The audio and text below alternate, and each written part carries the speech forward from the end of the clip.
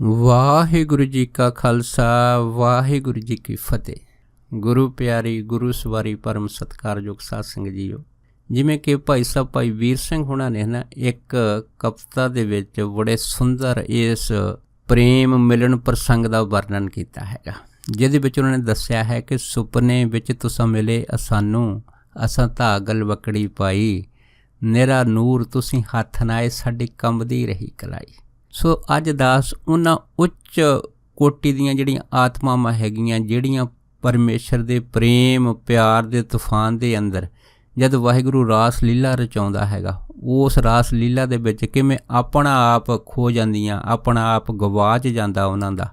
ਸੋ ਇਸ ਰਾਸ ਲੀਲਾ ਦੇ ਅੰਦਰ ਕੇਵਲ ਅਤੇ ਕੇਵਲ ਪ੍ਰੇਮ ਦੀ ਸਿਖਰ ਅਵਸਥਾ ਨੂੰ ਕਿਵੇਂ ਉਹ ਜਿਹੜੇ ਮਹਾਂਪੁਰਖ ਆ ਉਹ ਇਸ ਆਨੰਦ ਨੂੰ ਮਾਣਦੇ ਆ, ਉਸ ਦਾ ਜ਼ਿਕਰ ਆਪ ਸਾਰੀਆਂ ਸੰਗਤਾਂ ਦੇ ਨਾਲ ਸਾਂਝਾ ਕਰਦਾ ਹੈਗਾ। ਦੇਖੋ, ਵਾਹਿਗੁਰੂ ਆਪਣੇ ਭਗਤਾਂ ਪਿਆਰਿਆਂ ਦੇ ਨਾਲ ਸਦਾ ਲਾਡ ਲਟਾਉਂਦਾ ਹੈਗਾ, ਲੇਕਿਨ ਕਈ ਵਾਰ ਇਹ ਲਾਡ ਇੰਨੇ ਸਿਖਰ ਅਵਸਥਾ ਦੇ ਵਿੱਚ ਪਹੁੰਚ ਜਾਂਦਾ ਹੈ ਕਿ ਉੱਥੇ ਖੇਡਣ ਵਾਲੀਆਂ ਜਿਹੜੀਆਂ ਉੱਚ ਆਤਮਾ ਹੁੰਦੀਆਂ, ਇਸ ਲਾਡ ਪਿਆਰ ਦੇ ਅੰਦਰ ਪਰਮੇਸ਼ਰ ਦੇ ਪ੍ਰਤੀ ਇੰਨੀਆਂ ਗਹਿਰੀਆਂ ਉਤਰ ਜਾਂਦੀਆਂ ਕਿ ਉਹਨਾਂ ਨੂੰ ਫਿਰ ਕੋਈ ਆਪਣੇ ਸਰੀਰ ਦੀ ਕਿਸੇ ਤਰ੍ਹਾਂ ਦੀ ਕੋਈ ਸੁੱਧ-ਬੁੱਧ ਨਹੀਂ ਰਹਿੰਦੀ ਹੈ।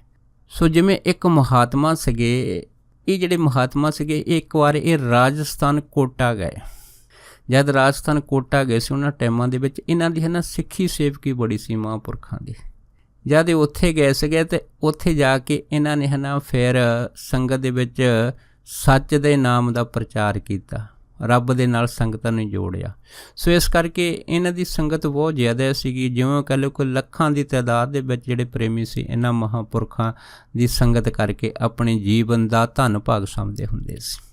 ਸੋ ਇਹ ਜਿਹੜੇ ਮਹਾਤਮਾ ਸੀਗੇ ਜਦ ਰਾਜਸਥਾਨ ਕੋਟਾ ਗਏ ਸੀਗੇ, ਉੱਥੋਂ ਇੱਕ ਵਾਰੀ ਆਪਣੀ ਮੌਜ ਦੇ ਵਿੱਚ ਜਿੱਧਰ ਚੰਬਲ ਦੀ ਘਾਟੀ ਆ ਇੱਧਰ ਨੂੰ ਨਿਕਲੇ। ਜਦ ਉਸ ਇਲਾਕੇ ਦੇ ਵਿੱਚ ਨਿਕਲਿਆ ਤਾਂ ਉੱਥੇ ਇੱਕ ਨਦੀ ਸੀਗੀ। ਜਦ ਇਹ ਨਦੀ ਦੇ ਕਿਨਾਰੇ ਤੁਰੇ ਜਾਂਦੇ ਆ, ਅਚਨਚੇਤ ਇਹਨਾਂ ਮਹਾਂਪੁਰਖਾਂ ਦੇ ਅੰਦਰ ਪਰਮੇਸ਼ਰ ਦੇ ਪ੍ਰਤੀ ਪ੍ਰੇਮ ਦਾ ਤੂਫਾਨ ਜਿਹੜਾ ਇੰਨਾ ਉੱਚਾ ਉੱਠਿਆ ਕਿ ਇਹਨਾਂ ਨੇ ਜਿੱਧਰ ਵੀ ਨਜ਼ਰ ਮਾਰੀ ਕੇਵਲ ਅਤੇ ਕੇਵਲ ਨਿਰੰਕਾਰ ਵਾਹਿਗੁਰੂ ਜੀ ਹੀ ਇਹਨਾਂ ਨੂੰ ਨਜ਼ਰ ਆਏ। ਜਦ ਨਜ਼ਰ ਆਏ ਅਤੇ ਇਸੇ ਹੀ ਪ੍ਰੇਮ ਦੇ ਤੂਫਾਨ ਦੇ ਅੰਦਰ ਜਦ ਪਰਮੇਸ਼ਰ ਨੇ ਆਪਣੀ ਰਾਸ ਲੀਲਾ ਇਹਨਾਂ ਦੇ ਨਾਲ ਰਚਾਈ ਅਤੇ ਇਹਨਾਂ ਨੇ ਉਹ ਜਿਹੜੀ ਨਦੀ ਸੀਗੀ ਉਸ ਨਦੀ ਦੇ ਵਿੱਚ ਫਿਰ ਇਹਨਾਂ ਨੇ ਛਾਲ ਮਾਰ ਦਿੱਤੀ। ਜਦ ਹੁਣ ਨਦੀ 'ਚ ਛਾਲ ਮਾਰੀ, ਇਹ ਨਹੀਂ ਪਤਾ ਲੱਗਾ ਵੀ ਇਹ ਨਦੀ ਆ ਜਾਂ ਇਹ ਕੁਛ ਹੋਰ ਹੈਗੀ ਆ, ਕਿਉਂਕਿ ਕੇਵਲ ਅਤੇ ਕੇਵਲ ਫਿਰ ਪ੍ਰੇਮ ਦਾ ਹੀ ਰੰਗ ਚੜ੍ਹਿਆ ਹੁੰਦਾ ਸੀਗਾ। ਉਸ ਤੋਂ ਬਾਅਦ ਫਿਰ ਇਹਨਾਂ ਮਹਾਂਪੁਰਖਾਂ ਦਾ ਕੋਈ ਪਤਾ ਨਹੀਂ ਲੱਗਾ। ਜਦ ਪਤਾ ਨਹੀਂ ਲੱਗਾ, ਉਸ ਤੋਂ ਬਾਅਦ ਫਿਰ ਜਦ ਸੰਗਤ ਨੂੰ ਇਹਨਾਂ ਮਹਾਂਪੁਰਖਾਂ ਦੀ ਭਾਲ ਪਈ ਤਾਂ ਸੰਗਤ ਲੱਭਦੀ ਨੇ ਕੀ ਦੇਖਿਆ ਕਿ ਇੱਕ ਨਦੀ ਦੇ ਕੰਢੇ ਉੱਤੇ ਮਹਾਂਪੁਰਖਾਂ ਦਾ ਸੋਟਾ ਪਿਆ, ਕਮੰਡਲ ਪਿਆ ਹੈਗਾ ਅਤੇ ਇੱਕ ਉਹਨਾਂ ਦਾ ਆਸਣ ਵੀ ਪਿਆ ਹੈਗਾ, ਜਿਸ ਤੋਂ ਫਿਰ ਸੰਗਤ ਨੇ ਅਨੁਮਾਨ ਲਿਆ ਵੀ ਹੋ ਸਕਦਾ ਮਹਾਂਪੁਰਖ ਇਸ ਨਦੀ 'ਤੇ ਇਸ਼ਨਾਨ ਕਰਨ ਗਏ ਹੋਣ ਅਤੇ ਹੋ ਸਕਦਾ ਪਾਣੀ ਦੇ ਜ਼ਿਆਦਾ ਵੇਗ ਦੇ ਕਾਰਨ ਇਸ ਨਦੀ ਦੇ ਵਿੱਚ ਰੁੜ ਗਏ ਹੋਣ। ਉਸ ਤੋਂ ਬਾਅਦ ਫਿਰ ਪ੍ਰੇਮੀਆਂ ਨੇ ਗੋਤਾਖੋਰ ਲਿਆਂਦੇ। ਉਹਨਾਂ ਗੋਤਾਖੋਰਾਂ ਨੇ ਜਦ ਨਦੀ ਦੇ ਵਿੱਚ ਜਾਲ ਪਾ ਕੇ ਇਹਨਾਂ ਦੀ ਭਾਲ ਕੀਤੀ, ਇੱਕ ਵੱਡੇ ਜਾਲ ਦੇ ਵਿੱਚ ਵਾਕਿਆ ਹੀ ਮਹਾਂਪੁਰਖਾਂ ਦਾ ਜਿਹੜਾ ਸਰੀਰ ਦਾ ਸ਼ਬ ਸੀਗਾ ਉਹ ਉਸ ਜਾਲ ਦੇ ਵਿੱਚ ਫਸ ਗਿਆ। ਜਦ ਫਸ ਗਿਆ ਤਾਂ ਫਿਰ ਸਾਰੀ ਸੰਗਤ ਨੂੰ ਪਤਾ ਲੱਗਿਆ ਕਿ ਮਹਾਂਪੁਰਖ ਵਾਕਿਆ ਨਦੀ ਦੇ ਵਿੱਚ ਡੁੱਬ ਕੇ ਜਿਹੜਾ ਆਪਣਾ ਸਰੀਰ ਛੱਡ ਚੁੱਕੇ ਆ। ਉਸ ਤੋਂ ਬਾਅਦ ਸੰਗਤ ਦੇ ਵਿੱਚ ਉਸੇ ਟਾਈਮ ਸ਼ੋਕ ਦੀ ਲਹਿਰ ਜਿਹੜੀ ਸੀ ਉਹ ਪੈਦਾ ਹੋਈ ਅਤੇ ਫਿਰ ਰਾਜਸਥਾਨ ਕੋਟਾ ਦੇ ਆਲੇ ਦੁਆਲੇ ਜਿੰਨੇ ਵੀ ਜਿਹੜਾ ਇਲਾਕੇ ਸੀਗੇ ਉਹਦੇ ਵਿੱਚ ਫਿਰ ਮਹਾਂਪੁਰਖਾਂ ਦਾ ਜਿਹੜੀ ਸ਼ਬ ਯਾਤਰਾ ਸੀਗੀ ਉਹ ਫਿਰ ਕੱਢੀ ਗਈ।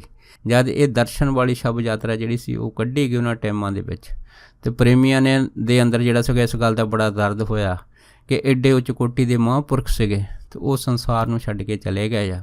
ਅਤੇ ਇਹ ਜਿਹੜੀ ਸ਼ਬ ਯਾਤਰਾ ਜਦ ਕੱਢੀ ਗਈ, ਉਸ ਟਾਈਮ ਇਸੇ ਹੀ ਰਾਜਸਥਾਨ ਕੋਟਾ ਦੇ ਅੰਦਰ ਇੱਕ ਮਹਾਂਪੁਰਖਾਂ ਦਾ ਸ਼ਾਗਿਰਦ ਹੁੰਦਾ ਸੀਗਾ। ਇਹ ਜਿਹੜੇ ਸ਼ਾਗਿਰਦ ਸੀਗੇ ਇਹ ਉਹਨਾਂ ਟਾਈਮਾਂ ਦੇ ਵਿੱਚ ਜੱਜ ਲੱਗੇ ਹੁੰਦੇ ਸੀਗੇ, ਅਤੇ ਜਦ ਇੱਕ ਵਾਰੀ ਮਹਾਂਪੁਰਖਾਂ ਦੇ ਦਰਸ਼ਨ ਕਰਨ ਆਏ ਸੀ ਤਾਂ ਫਿਰ ਮਹਾਂਪੁਰਖਾਂ ਨੇ ਇਹਨਾਂ ਨੂੰ ਦੀਕਸ਼ਾ ਦੇਣ ਤੋਂ ਪਹਿਲਾਂ ਇਹ ਆਖਿਆ ਸੀਗਾ ਕਿ ਤੁਸੀਂ ਦੱਸੋ ਕੀ ਕੰਮ ਕਰਦੇ। ਇਹ ਨਹੀਂ ਆਖਿਆ ਸੀਗਾ ਕਿ ਅਸੀਂ ਜੱਜ ਦਾ ਕੰਮ ਕਰਦੇ ਹਾਂ। ਅਤੇ ਮਹਾਂਪੁਰਖ ਕਹਿੰਦੇ ਕਿ ਲੋਕਾਂ ਨੂੰ ਤੁਸੀਂ ਇਨਸਾਫ ਦਿਵਾਉਂਦੇ ਆ, ਆਪਣੇ ਆਪ ਦਾ ਤੁਸੀਂ ਕਦੀ ਇਨਸਾਫ ਆਪਣੇ ਆਪ ਦੇ ਨਾਲ ਕਦੀ ਨਹੀਂ ਕੀਤਾ ਹੈਗਾ। ਸੋ ਜਿਹੜਾ ਇਸ਼ਾਰਾ ਸੀਗਾ ਇਹ ਸਮਝ ਗਏ ਸੀਗੇ। ਉਸ ਤੋਂ ਬਾਅਦ ਇਹਨਾਂ ਜੱਜ ਨੇ ਜਿਹੜੀ ਸੀਗੀ ਆਪਣੇ ਜੱਜ ਦੀ ਜਿਹੜੀ ਵੱਡੀ ਪੋਸਟ ਸੀਗੀ ਉਹਨਾਂ ਤੋਂ ਅਸਤੀਫਾ ਦੇ ਦਿੱਤਾ ਸੀਗਾ ਅਤੇ ਮਹਾਂਪੁਰਖਾਂ ਦੇ ਸਦਾ ਦੇ ਵਾਸਤੇ ਸੇਵਕ ਹੋ ਗਿਆ ਸੀ। ਸੋ ਉਸ ਤੋਂ ਬਾਅਦ ਫਿਰ ਮਹਾਂਪੁਰਖਾਂ ਨੇ ਇਸੇ ਹੀ ਜੱਜ ਨੂੰ ਜਿਹੜੀ ਉਹ ਦੀਕਸ਼ਾ ਦਿੱਤੀ ਸੀ ਅਤੇ ਇਹ ਜੱਜ ਜਿਹੜੇ ਸੀਗੇ ਇਸੇ ਹੀ ਦੀਕਸ਼ਾ ਦੇ ਵਿੱਚ ਆਪਣੀ ਜੀਵਨ ਦਾ ਨਿਰਵਾਹ ਕਰਦੇ ਹੁੰਦੇ ਸੀ।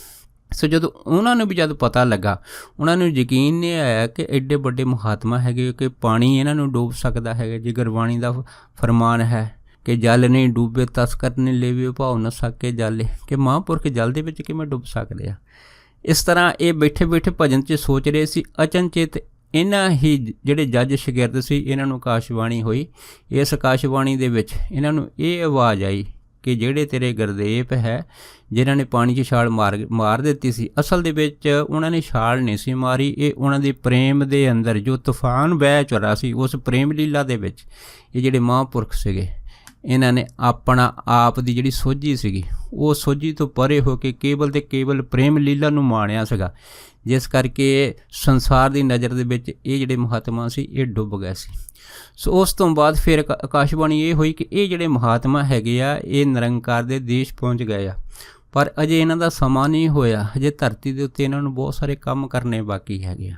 ਸੋ ਇਸ ਕਰਕੇ ਫਿਰ ਉਸ ਜੱਜ ਨੂੰ ਇਹ ਜਿਹੜੀ ਸੀ ਆਵਾਜ਼, ਜਿਹਨੂੰ ਅਸੀਂ ਆਕਾਸ਼ਬਾਣੀ ਕਹਿੰਦੇ, ਉਹਨੇ ਦੱਸਿਆ ਹੈਗਾ ਕਿ ਤੁਸੀਂ ਸ਼ੀਘਰ 'ਚ ਪਹੁੰਚੋ, ਜਾ ਕੇ ਇਹਨਾਂ ਮਹਾਤਮਾ ਦਾ ਜਿਹੜਾ ਸਰੀਰ ਹੈਗਾ, ਇਹ ਸਰੀਰ ਨੂੰ ਆਪਣੇ ਪਾਸ ਲੈ ਕੇ ਆਓ, ਅਤੇ ਫਿਰ ਅਸੀਂ ਮਹਾਤਮਾ ਦੇ ਸਰੀਰ ਦੇ ਵਿੱਚ ਇਹਨਾਂ ਦੀ ਜਿਹੜੀ ਆਤਮਾ ਹੈਗੀ ਆ, ਉਹ ਉਸ ਨੂੰ ਧਰਤੀ 'ਤੇ ਭੇਜ ਦਿਆਂਗੇ। ਸੋ ਜੱਜ ਨੂੰ ਜਦ ਪਤਾ ਲੱਗਾ ਤਾਂ ਉਹ ਬੜਾ ਹੈਰਾਨ ਹੋਇਆ। ਉਸ ਤੋਂ ਬਾਅਦ ਫਿਰ ਜੱਜ ਨੂੰ ਪਤਾ ਲੱਗਾ ਕਿ ਇਹਨਾਂ ਦੀ ਜਿਹੜੀ ਸ਼ੋਭਾ ਯਾਤਰਾ ਸੀਗੀ, ਉਹ ਕੱਢੀ ਗਈ ਆ। ਉਸ ਤੋਂ ਬਾਅਦ ਫਿਰ ਜਿਹੜੀ ਸੰਗਤ ਸੀਗੀ, ਉਹਨਾਂ ਨੇ ਇਹਨਾਂ ਦਾ ਸ਼ਮਸ਼ਾਨ ਘਾਟ ਦੇ ਵਿੱਚ ਜੋ ਅੰਤਮ ਸੰਸਕਾਰ ਦੀ ਕਿਰਿਆ ਸੀਗੀ, ਉਹ ਵੀ ਪੂਰੀ ਤਰ੍ਹਾਂ ਸੋਧ ਦਿੱਤੀ ਸੀਗੀ। ਜਦ ਇਹ ਕਿਰਿਆ ਕਰਨ ਲੱਗੇ ਆ ਅਤੇ ਮਹਾਂਪੁਰਖਾਂ ਦਾ ਜਿਹੜਾ ਸਰੀਰ ਸੀਗਾ, ਜਦ ਸ਼ਮਸ਼ਾਨ ਘਾਟ ਲਿਜਾਇਆ ਗਿਆ ਅਤੇ ਹਜ਼ਾਰਾਂ ਲੱਖਾਂ ਦੀ ਗਿਣਤੀ ਸੰਗਤ ਸੀਗੀ, ਅਤੇ ਇਹਨਾਂ ਦੇ ਉੱਤੇ ਲੱਕੜਾਂ ਵੀ ਚਿਣ ਦਿੱਤੀਆਂ ਗਈਆਂ ਸੀਗੀਆਂ। ਜਦ ਲੱਕੜਾਂ ਚਿਣੀਆਂ ਸੀਗੀਆਂ ਅਤੇ ਉਹ ਜਿਹੜੇ ਜੱਜ ਸੀਗੇ, ਉਹ ਫਿਰ ਹੈ ਨਾ ਫੋਰਸ ਲੈ ਕੇ ਉਸ ਅਸਥਾਨ 'ਤੇ ਪਹੁੰਚ ਗਏ ਸੀਗੇ। ਉਹਨਾਂ ਨੇ ਫਿਰ ਬਲਪੂਰਵਕ ਇਹਨਾਂ ਮਹਾਂਪੁਰਖਾਂ ਦਾ ਜਿਹੜਾ ਸ਼ਬਦ ਸੀਗਾ, ਉਹ ਸ਼ਮਸ਼ਾਨ ਦੇ ਵਿੱਚੋਂ ਚੱਕ ਕੇ ਆਪਣੇ ਘਰ ਲਿਆਂਦਾ ਸੀਗਾ।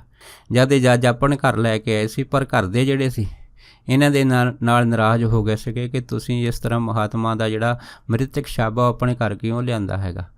ਸੋ ਇਸ ਕਰਕੇ ਪਰਿਵਾਰ ਨੇ ਕਹਿ ਦਿੱਤਾ ਕਿ ਆਪਣੇ 2 ਘਰ ਵਾ, ਅਗਰ ਤੁਸੀਂ ਇਹਨਾਂ ਦਾ ਸ਼ਬ ਰੱਖਣਾ ਹੈਗਾ ਤਾਂ ਤੁਸੀਂ ਦੂਸਰੇ ਮਕਾਨ ਆਪਣੇ ਘਰ ਦੇ ਵਿੱਚ ਲੈ ਜਾਓ, ਕਿਉਂਕਿ ਇਸ ਘਰ 'ਚ ਸਾਰਾ ਪਰਿਵਾਰ ਰਹਿੰਦਾ ਹੈ। ਸੋ ਪਰਿਵਾਰ ਜਿਹੜਾ ਹੈਗਾ ਘਰ ਦੇ ਵਿੱਚ ਇਹ ਸ਼ਬ ਦੇਖ ਕੇ ਬਹੁਤ ਡਰ ਜਾਊਗਾ। ਉਸ ਤੋਂ ਬਾਅਦ ਫਿਰ ਇਹ ਜਿਹੜੇ ਜੱਜ ਸੀਗੇ, ਇਹਨਾਂ ਮਹਾਂਪੁਰਖਾਂ ਦਾ ਸਰੀਰ ਆਪਣੇ ਦੂਸਰੇ ਜਿਹੜੀ ਕੋਠੀ ਸੀ ਉਹਨਾਂ ਦੀ, ਉਹਦੇ ਵਿੱਚ ਲੈ ਗਏ ਸੀ।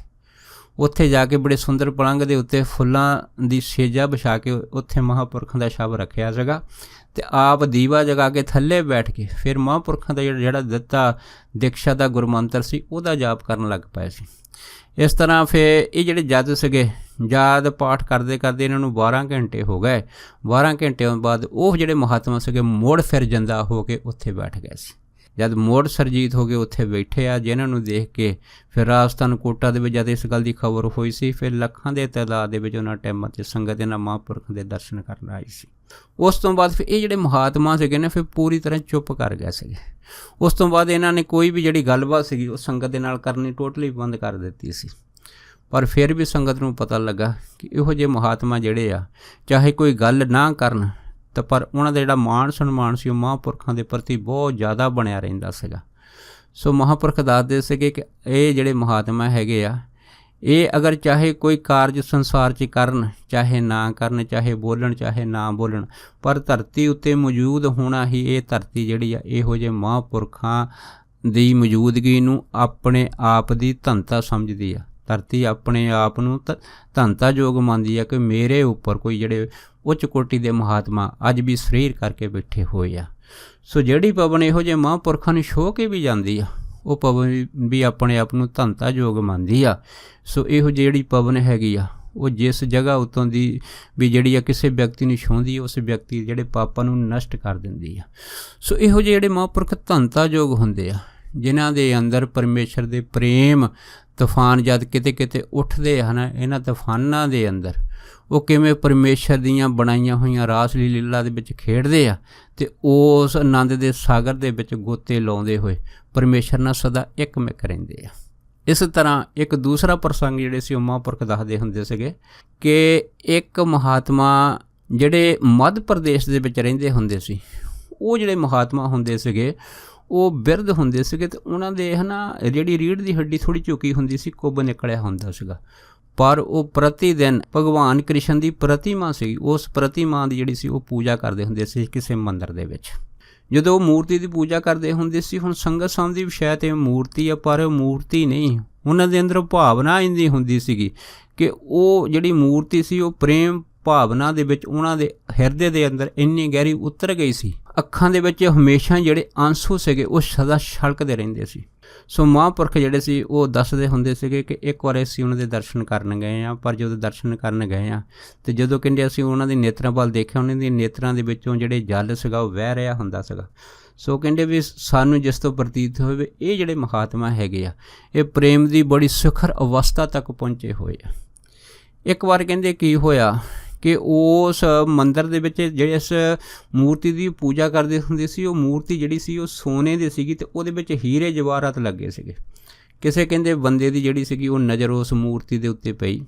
ਲੇਕਿਨ ਹੁਣ ਦੁਨੀਆ ਦੇ ਭਾਅ ਦੀ ਉਹ ਮੂਰਤ ਆ, ਲੇਕਿਨ ਜਿਹੜੇ ਇਸ ਦੀ ਭਗਤੀ ਕਰਦੇ, ਪ੍ਰੇਮ ਕਰਦੇ, ਉਹਨਾਂ ਦੇ ਅੰਦਰ ਜਿਹੜੀ ਭਾਵਨਾ ਹੁੰਦੀ ਉਹ ਕੇਵਲ ਅਤੇ ਕੇਵਲ ਪਰਮੇਸ਼ਰ ਦੀ ਹੁੰਦੀ। ਉਹਨਾਂ ਨੂੰ ਉਹ ਮੂਰਤੀ ਦਿਖਾਈ ਨਹੀਂ ਦਿੰਦੀ, ਉਹ ਪ੍ਰਤੱਖ ਪਰਮੇਸ਼ਰ ਵਾਹਿਗੁਰੂ ਹੀ ਉਹਨਾਂ ਨੂੰ ਉਹਦੇ ਵਿੱਚ ਨਜ਼ਰ ਆਉਂਦਾ ਹੈ। ਉਹ ਜੋਤ ਦੇ ਉਹਨਾਂ ਨੂੰ ਦਰਸ਼ਨ ਹੁੰਦੇ ਆ। ਲੇਕਿਨ ਇਹ ਗੱਲ ਜਿਹੜੇ ਸੰਸਾਰੀ ਲੋਕ ਨਹੀਂ ਜਾਣਦੇ। ਇਸ ਕਰਕੇ ਉਹ ਜਿਹੜਾ ਆਦਮੀ ਸੀਗਾ ਉਹਨੇ ਉਹ ਸੋਨੇ ਦੀ ਮੂਰਤੀ ਦੇ ਉੱਤੇ ਜਿਹੜਾ ਆਪਣਾ ਦਿਲ ਲਾ ਲਿਆ ਅਤੇ ਮਨ 'ਚ ਸੋਚਿਆ ਵੀ ਅਗਰ ਮੈਂ ਇਸ ਨੂੰ ਚੁਰਾ ਕੇ ਲੈ ਜਾਵਾਂ, ਇਹ ਮੂਰਤੀ ਜਿਹੜੀ ਆ ਕਰੋੜਾਂ ਰੁਪਈਆਂ ਦੀ ਵਿਕ ਸਕਦੀ, ਕਿਉਂਕਿ ਇਹਦੇ ਵਿੱਚ ਬੜੇ ਹੀਰੇ ਜਵਾਹਰਾਤ ਲੱਗੇ ਹੋਏ ਆ। ਸੋ ਉਸਨੇ ਬੜੇ ਸਕੀਮ ਦੇ ਨਾਲ ਉਸ ਮੰਦਿਰ ਦੇ ਵਿੱਚ ਉਹ ਜਿਹੜੇ ਮਹਾਤਮਾ ਸੀਗੇ ਉਹਨਾਂ ਦੇ ਨਾਲ ਆਪਣਾ ਪ੍ਰੇਮ ਜਿਹੜਾ ਸੀਗਾ ਉਹ ਨਕਲੀ ਗੰਢ ਲਿਆ। ਪ੍ਰੇਮ ਗੰਢ ਲਿਆ। ਇਸ ਪ੍ਰੇਮ ਦੇ ਵਿੱਚ ਆਉਂਦੇ ਰਹੇ। ਫਿਰ ਪਤਾ ਲੱਗਾ ਕਿ ਇਹ ਜਿਹੜੇ ਮਹਾਤਮਾ ਹੈਗੇ ਆ ਜਦ ਮੰਦਿਰ ਦੇ ਇਸ ਦੇ ਕਪਾਟ ਬੰਦ ਹੁੰਦੇ, ਚਾਬੀ ਕਿੱਥੇ ਰੱਖਦੇ ਆ। ਸੋ ਆਪਣਾ ਯਕੀਨ ਬਣਾਉਣ ਤੋਂ ਬਾਅਦ ਇੱਕ ਵਾਰ ਜਦ ਇਹ ਜਿਹੜੇ ਮਹਾਤਮਾ ਸੀਗੇ ਜਦ ਜਲ ਲੈਣ ਵਾਸਤੇ, ਮੂਰਤੀ ਦਾ ਇਸ਼ਨਾਨ ਕਰਨ ਵਾਸਤੇ, ਕਿਉਂਕਿ ਮੰਦਿਰ ਪਹਾੜੀ 'ਤੇ ਸੀਗਾ, ਥੱਲੇ ਉਤਰਦੇ ਹੁੰਦੇ ਸੀ, ਥੱਲਿਓਂ ਜਲ ਕੇ ਝਰਨੇ 'ਚੋਂ ਲੈ ਕੇ ਜਾਂਦੇ ਹੁੰਦੇ ਸੀ। ਸੋ ਇਸ ਗੈਰ ਹਾਜ਼ਰੀ ਦੇ ਵਿੱਚ ਉਸੇ ਹੀ ਚੋਰ ਸ਼ਖਸ ਨੇ ਉਹ ਜਿਹੜੀ ਮੂਰਤੀ ਚੁਰਾ ਲਈ ਅਤੇ ਆਪਣੀ ਜੀਭ ਦੇ ਵਿੱਚ ਰੱਖ ਲਈ। ਜੀਭ 'ਚ ਰੱਖ ਕੇ ਉਹ ਜਿਹੜਾ ਚੋਰ ਸੀਗਾ ਉਹ ਫਰਾਰ ਹੋ ਗਿਆ। ਜਦ ਫਰਾਰ ਹੋ ਗਿਆ, ਕਾਰਨ ਐਸਾ ਹੋਇਆ ਕਿ ਉਹ ਜਦ ਜੀਪ ਲੈ ਕੇ ਸ਼ਹਿਰ ਦੇ ਵਿੱਚੋਂ ਦੀ ਜਿਹੜਾ ਸੀਗਾ ਉਹ ਤੇਜ਼ੀ ਨਾਲ ਲੰਘਿਆ ਅਤੇ ਜਿਸ ਜਗ੍ਹਾ ਇੱਕ ਠਾਣਾ ਸੀਗਾ ਉਸ ਠਾਣੇ ਦੇ ਅੱਗੇ ਬਿਲਕੁਲ ਸਾਹਮਣੇ ਜਿਹੜੀ ਸੀ ਉਹ ਜੀਪ ਉਹ ਯਕਦਮ ਚੱਲਣੀ ਬੰਦ ਹੋ ਗਈ। ਜਦ ਜੀਪ ਉਹ ਜਿਹੜੀ ਚੱਲਦੀ ਹੈ ਉਹ ਬੰਦ ਹੋ ਗਈ। ਉਹ ਜਿਹੜਾ ਚੋਰ ਸੀਗਾ, ਠੱਗ ਸੀ, ਘਬਰਾ ਗਿਆ ਕਿ ਇੱਕ ਤਾਂ ਇਸ ਜੀਪ ਦੇ ਵਿੱਚ ਮੂਰਤੀ ਰੱਖੀ ਹੋਈ ਆ, ਦੂਸਰਾ ਕੀ ਆ ਕਿ ਇਹ ਜਿਹੜੀ ਜੀਪ ਹੈ ਠਾਣੇ ਦੇ ਮੋਹਰੇ ਜਾ ਕੇ ਖਰਾਬ ਹੋ ਗਈ ਆ। ਫਿਰ ਦੇਖੋ ਉਸੇ ਹੀ ਚੋਰ ਨੇ ਘਬਰਾਹਟ ਦੇ ਵਿੱਚ ਜਦ ਜੀਪ ਨੂੰ ਆਪ ਹੀ ਧੱਕਾ ਜਿਹੜਾ ਲਾਉਣਾ ਸ਼ੁਰੂ ਕਰ ਦਿੱਤਾ, ਇੱਕ ਦੋ ਸਿਪਾਹੀਆਂ ਦੀ ਨਜ਼ਰ ਉਸ ਜੀਪ 'ਤੇ ਪਈ ਤਾਂ ਉਹਨਾਂ ਨੂੰ ਸ਼ੱਕ ਹੋ ਗਿਆ ਕਿ ਇਸ ਜੀਪ ਦੇ ਵਿੱਚ ਕੁਛ ਜ਼ਰੂਰ ਹੈ। ਪਰ ਜਦ ਪੁਲਿਸ ਨੇ ਉਸ ਜੀਪ ਦੀ ਤਲਾਸ਼ੀ ਲਈ, ਉਹਦੇ ਵਿੱਚੋਂ ਫਿਰ ਉਹ ਜਿਹੜੀ ਸੋਨੇ ਦੀ ਮੂਰਤ ਸੀਗੀ ਉਹ ਭਗਵਾਨ ਦੀ, ਉਹ ਜਿਹੜੀ ਸੀ ਉਹਦੇ ਵਿੱਚੋਂ ਫਿਰ ਉਹ ਬਰਾਮਦ ਹੋਈ। ਜਦ ਫਿਰ ਬਰਾਮਦ ਹੋਈ ਉਸ ਤੋਂ ਬਾਅਦ ਫਿਰ ਉਹਨਾਂ ਨੇ ਉਹ ਜਿਹੜਾ ਠੱਗ ਚੋਰ ਸੀ ਉਹਨੂੰ ਗ੍ਰਿਫਤਾਰ ਕੀਤਾ, ਪੁੱਛਿਆ ਵੀ ਇਹ ਕਿੱਥੋਂ ਲਿਆਂਦੀ ਆ। ਫਿਰ ਦੇਖੋ ਹੁਣ ਪੁਲਿਸ ਤੋਂ ਡਰਦੇ ਮਾਰੇ ਉਹਨੇ ਸਾਰਾ ਦੱਸ ਦਿੱਤਾ ਕਿ ਪਹਾੜੀ ਦੇ ਉੱਤੇ ਜਿਹੜਾ ਮੰਦਿਰ ਆ ਉੱਥੋਂ ਹੀ ਮੂਰਤੀ ਮੈਂ ਚੁਰਾ ਕੇ ਲੈ ਕੇ ਜਾ ਰਿਹਾ ਹੈਗਾ। ਫਿਰ ਪੁਲਿਸ ਵਾਲੇ ਨੇ ਕਿਹਾ ਵੀ ਚਲੋ ਠੀਕ ਆ, ਇਹ ਇੱਕ ਛੋਟਾ ਥਾਣਾ ਹੈਗਾ, ਇੱਥੇ ਕਾਰਵਾਈ ਕਰਕੇ ਇਹ ਜਿਹੜੀ ਮੂਰਤੀ ਆ ਅਸੀਂ ਵੱਡੇ ਜਿਹੜਾ ਪੁਲਿਸ ਅਫਸਰ ਹੈਗਾ ਮਹਾਰਾਸ਼ਟਰ ਦਾ, ਉੱਥੇ ਅਸੀਂ ਇਸ ਮੂਰਤੀ ਨੂੰ ਜਮ੍ਹਾਂ ਕਰਾ ਦਿਆਂਗੇ। ਪਰ ਜਦੋਂ ਉਹ ਪੁਲਿਸ ਵਾਲਿਆਂ ਨੇ ਕਾਗਜ਼ੀ ਕਾਰਵਾਈ ਕਰਕੇ ਦੂਸਰੀ ਜਿਹੜੀ ਜੀਪ ਸੀ ਪੁਲਿਸ ਵਾਲੀ ਉਹਦੇ ਵਿੱਚ ਮੂਰਤੀ ਰੱਖੀ, ਜਦੋਂ ਜੀਪ ਸਟਾਰਟ ਕੀਤੀ ਉਹ ਜੀਪ ਵੀ ਜਿਹੜੀ ਸੀ ਉਹ ਖਰਾਬ ਹੋ ਗਈ। ਜਦੋਂ ਦੂਸਰੀ ਜੀਪ ਵੀ ਖਰਾਬ ਹੋਈ, ਉਹ ਵੀ ਨਾ ਚੱਲੇ, ਅਤੇ ਪੁਲਿਸ ਜਿਹੜੀ ਸੀਗੀ ਮਨ 'ਚ ਸੋਚਣ ਲੱਗ ਪਈ ਵੀ ਜੀਪ ਤਾਂ ਸਾਡੀ ਨਵੀਂ ਹੈ ਵੀ ਖਰਾਬ ਹੋ ਗਈ। ਖੈਰ ਫਿਰ ਦੂਸਰੇ ਥਾਣੇ ਤੋਂ ਜੀਪ ਲਿਆਂਦੀ ਗਈ ਸਰਕਾਰੀ। ਜਦੋਂ ਜੀਪ ਲਿਆਂਦੀ ਗਈ ਉਹਦੇ ਵਿੱਚ ਫਿਰ ਉਹ ਜਿਹੜੀ ਪ੍ਰਤਿਮਾ ਸੀ ਭਗਵਾਨ ਦੀ ਜਦ ਉਹਦੇ ਵਿੱਚ ਰੱਖੀ ਤਾਂ ਉਹ ਵੀ ਜਿਹੜੀ ਤੀਸਰੀ ਜੀਪ ਸੀ ਉਹ ਵੀ ਜਿਹੜੀ ਸੀ ਜਦ ਸਟਾਰਟ ਕੀਤੀ, ਸਟਾਰਟ ਕਰਨ ਤੋਂ ਬਾਅਦ ਉਹ ਵੀ ਬੰਦ ਹੋ ਗਈ। ਅਤੇ ਜਦ ਬੰਦ ਹੋ ਗਏ ਤਾਂ ਫਿਰ ਉਹ ਜਿਹੜੇ ਪੁਲਿਸ ਵਾਲੇ ਸੀ ਉਹਨਾਂ ਵਿੱਚੋਂ ਦੱਸਦੇ ਸੀ ਇੱਕ ਅਫਸਰ ਸੀਗਾ, ਉਸ ਦੇ ਮਨ ਦੇ ਵਿੱਚ ਆਇਆ ਵੀ ਸਾਡੀ ਜਿਹੜੀ ਇਨਸਾਨੀ ਅਕਲ ਆ ਇਹ ਇੱਥੇ ਕੋਈ ਕੰਮ ਨਹੀਂ ਕਰ ਸਕਦੀ, ਇਸ ਕਰਕੇ ਉਸ ਨੇ ਇਸ ਮੂਰਤੀ ਦੇ ਅੱਗੇ ਬੇਨਤੀ ਕੀਤੀ ਸੀ। ਜਦ ਬੇਨਤੀ ਕੀਤੀ ਸੀ ਤਾਂ ਫਿਰ ਜਿਹੜੀ ਸੀ ਉਹ ਜਦ ਚੌਥੀ ਜੀਪ ਲਿਆਂਦੀ ਗਈ ਉਹਦੇ ਵਿੱਚ ਰੱਖੀ ਤਾਂ ਫਿਰ ਉਹ ਜਿਹੜੀ ਜੀਪ ਸੀ ਉਹ ਨਹੀਂ ਖਰਾਬ ਹੋਈ। ਜਦ ਇਹ ਖਰਾਬ ਨਹੀਂ ਹੋਈ ਤਾਂ ਪਰ ਇੰਨੇ ਚਿਰ ਦੇ ਵਿੱਚ ਜਿਹੜੇ ਬਾਕੀ ਪੁਲਿਸ ਮਹਿਕਮੇ ਸੀ ਮਹਾਰਾਸ਼ਟਰ ਦੇ ਉਹਨਾਂ ਟਾਈਮਾਂ ਦੇ ਵਿੱਚ ਉਹਨਾਂ ਦੇ ਵਿੱਚ ਖਬਰ ਜਿਹੜੀ ਸੀ ਪਹੁੰਚ ਗਈ ਸੀਗੀ।